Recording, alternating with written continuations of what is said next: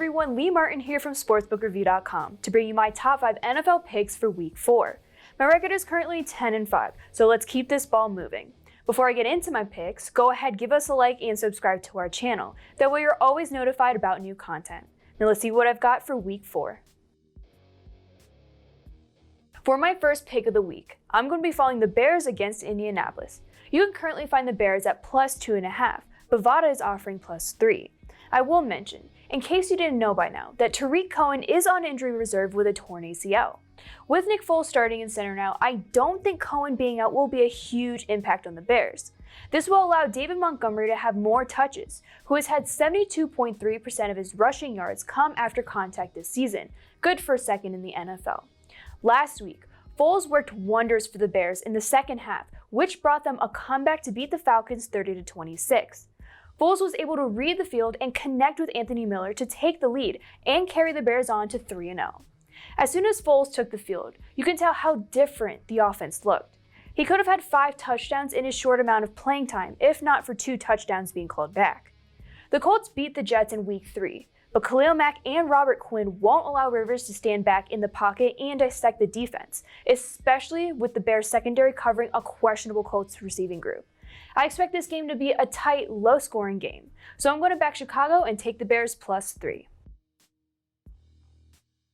For my second pick of the week, let's head on over to Florida where the Seahawks are favored by much as 6.5 to 7 points.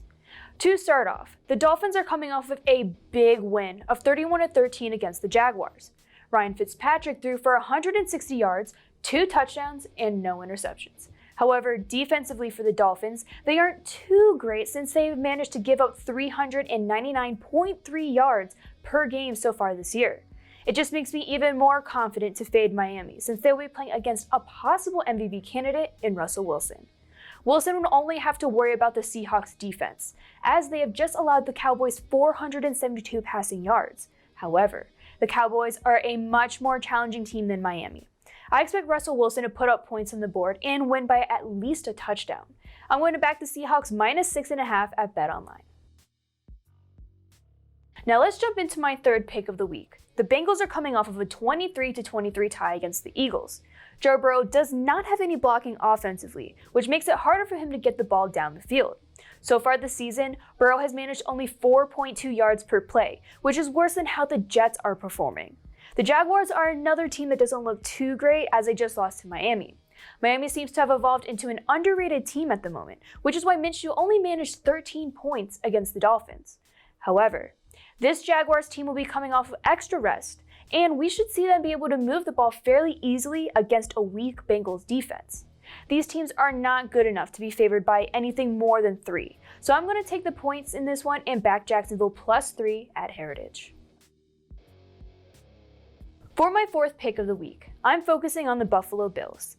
Now, last week I was feeling a lot of emotions with the Bills and the Rams. The Bills allowed the Rams to come back from a 25-point deficit and then decided to come back themselves to win the game 35-32 with 10 seconds left in the game.